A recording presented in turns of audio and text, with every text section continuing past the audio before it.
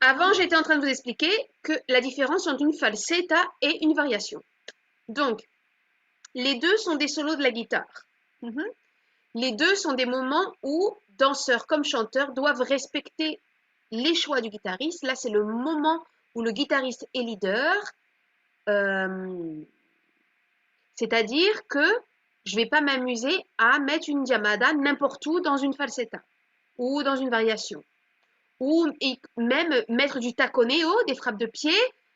Si j'en fais, ce sera parce que ces taconeo mettent encore plus en valeur la musique qu'on est en train d'écouter. Mhm.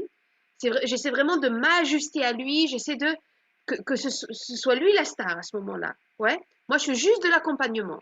Mhm. Le chanteur se mettra pas à chanter, il va faire la palmas pour accompagner le guitariste jusqu'à ce que le guitariste décide que ce soit la fin de sa falsetta ou la fin de sa variation. Mhm. Alors, pour différencier falsetta et variation, une falsetta, c'est une composition musicale. Une variation, c'est juste une variation du compas. Ok? Pour chaque palo, il y a une mélodie typique qu'on appelle compas, qui dure un compas de temps. Si c'est une soléa, un compas, c'est 12 temps. Ouais? Si c'est euh, tiento, un compas, ça serait 8 temps. Ok? Donc ça dépend du palo qu'on est en train de faire. Donc, il y a une mélodie typique pour jouer en soléa, c'est 12 temps. Mhm. Selon où on en est dans la danse, si c'est pendant le chant, ou si c'est juste du compas intermédiaire entre chant et autre chose, ou si c'est pendant le solo de pied du danseur, cette mélodie d'un compas va être différente. Donc il existe plusieurs façons de jouer le compas. Mais en plus de ces façons traditionnelles de jouer le compas, que tout le monde joue de la même façon, le guitariste peut s'amuser à changer un petit peu la façon de jouer ce compas traditionnel. Soit il va changer quelques notes, soit il va rajouter une rythmique spéciale, soit il va mettre les deux, soit il va faire une variation qui dure, au lieu d'un compas, deux compas. Oui, une mélodie qui dure deux compas au lieu d'une seule. Bref, il va varier la façon traditionnelle de jouer la mélodie du compas. C'est ça qu'on appelle une variation. Une falsetta, c'est une composition musicale. Ouais. En général, elle a plusieurs parties. Elle évolue. Il y a comme une introduction, puis un développement et une conclusion. Euh, il peut jouer des accords qu'on n'utilise pas d'habitude pour jouer du compas. Ouais. Euh, c'est comme une histoire qui raconte à travers sa musique. Mhm. Donc c'est beaucoup plus complet, c'est beaucoup plus travaillé qu'une variation. Ouais. Et en général, c'est la composition personnelle du guitariste qui est en train de jouer. Ou alors, il a repris euh, une falsetta d'un guitariste connu. Mhm. Mais variations comme falsetta vont retomber sur ce qu'on appelle l'accord de base. L'accord de base, c'est l'accord sur lequel se base le guitariste pour jouer le compas de chaque palo. Donc chaque palo a son accord de base. Il est possible qu'il y ait deux palos qui aient le même accord de base. Ça, c'est possible. Hein. Ok. Après, par contre, la mélodie du compas va être différente, même si l'accord de base est le même. Mhm.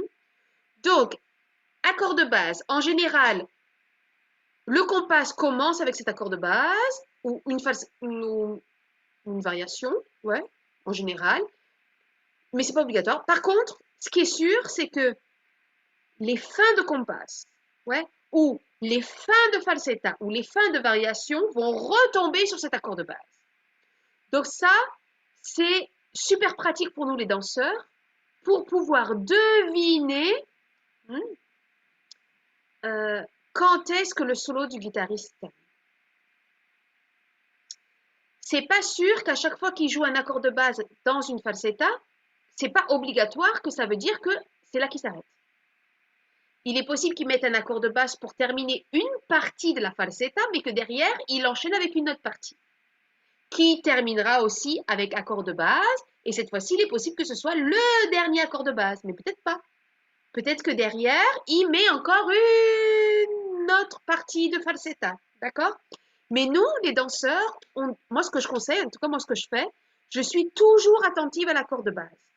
Dès que j'entends dans la mélodie du musicien, hop, qu'il est retombé sur cet accord, je suis hyper attentive et prête pour faire une fermeture avec Viamada ou avec Redoble ou de la façon que je veux, mais je suis prête à fermer avec le guitariste au cas où il fermerait. Mhm. Mais je suis attentive, je suis prête et je suis prête aussi à... Je suis en suspension en fait. Je ne vais pas fermer tant que c'est pas clair et net que cet accord de base est le dernier. Et c'est clair et net, notamment dans l'intention que met le guitariste. Il va mettre une fermeture bien forte. Ouais. Et surtout, j'écoute juste après la fin du compas. Hop, qu'est-ce qu'il joue derrière? Est-ce qu'il reste sur cet accord de base et puis il fait une jamada? Alors là, comme j'étais prête, je peux tout de suite avoir le réflexe de faire jamada avec lui et fermer avec lui.